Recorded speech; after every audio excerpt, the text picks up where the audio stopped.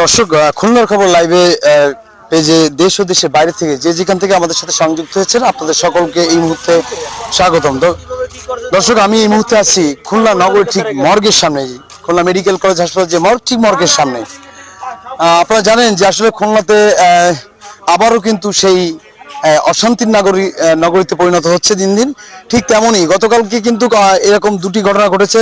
তারই ধারাবাহিকতা আজকে 19শে আগস্ট আজকে কিন্তু আবারও একটি গুলি ঘটনায় এক যুবককে হত্যা করা হয়েছে বলে ইতিমধ্যে আমরা জানতে পেরেছি। আমরা কিন্তু এখন মর্গের সামনে সেখানে আছি এবং যে তার স্বজনরা এবং আমরা তারা কিন্তু আছেন, তাদের কাছ থেকে আসলে বিষয়টি আমরা জানার চেষ্টা করবো।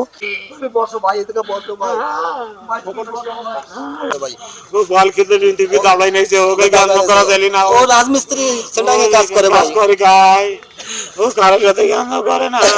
কাজ করে জি জি, ও বাপের সাথে রাজের কাজ করে, পড়াশোনা শেষ করছে। বল খেলতে গেল ওই মাঠে। আল্লাহ, তুমি ঠান্ডা হও। ফুটবল খেলে আসার পরপরই হঠাৎ করে কিছু দুর্বৃত্তরা এসে গুলি করেন। হ্যাঁ হ্যাঁ, এই লোক দাঁড়ানো ছিল, লোক ঠেকাচ্ছে। আমি বুঝতে পারি আসিবার হঠাৎ গুলি করে পোয়াইছে কালি সামনে যাইতে পারিনি। পানি এনে দাও, দিয়ে দাও।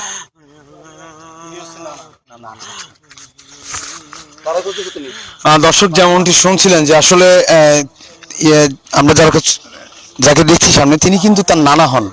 তো নানার সামনেই কিন্তু এই যে মঞ্জুরুল, তাকে কিন্তু কে বা কারা কিছু দুর্বৃত্তরা এসে হঠাৎ করে তার উপরে আক্রমণ করে। তিনি কিন্তু মাঠে ফুটবল খেলেই কিন্তু ফিরে আসছিলেন। আসার পথে হঠাৎ করে তাদের যে মহল্লা, ঠিক মহল্লার সামনেই তার নানার সামনাসামনি আসতে না আসতে হঠাৎ করে কিছু দুর্বৃত্তরা এসে তার উপরে হামলা করে বলে আমাদেরকে জানিয়েছেন। প্রাথমিকভাবে তার উপরে কিন্তু দেশীয় অস্ত্র দিয়ে আঘাত করে, পরবর্তীতে তাকে গুলি করে হত্যা করে বলে আমরা জানতে পেরেছি। থানা বিএনপির সম্মানিত সদস্য রফিক গাজী, তাকেও নির্মমভাবে এই সেম পেটের নিচে গুলি করছে, সেও মারা গেছে। এই পর্যন্ত অন্তত 5-6টি গুলিতে নিহত, এখন জলবায়ু। এর কোনো প্রশাসনিক কোনো ব্যবস্থা, হস্তক্ষেপ প্রশাসন কাউকে ধরছেও না, দীর্ঘদিন ধরে এই চলছে। আমি চাচ্ছি বা আমার নিজের ব্যক্তিগত মতামত যে যাতে হস্তক্ষেপ করে এই সমস্ত সন্ত্রাসী বাহিনী, যাতে ধরে আইনের আওতায় আনে। তো দর্শক, এই ছিল সর্বশেষ আপডেট এবং এই পরবর্তী আপডেট আপনাদেরকে জানার চেষ্টা করবো। সবাই ভালো থাকবেন, সুস্থ থাকবেন।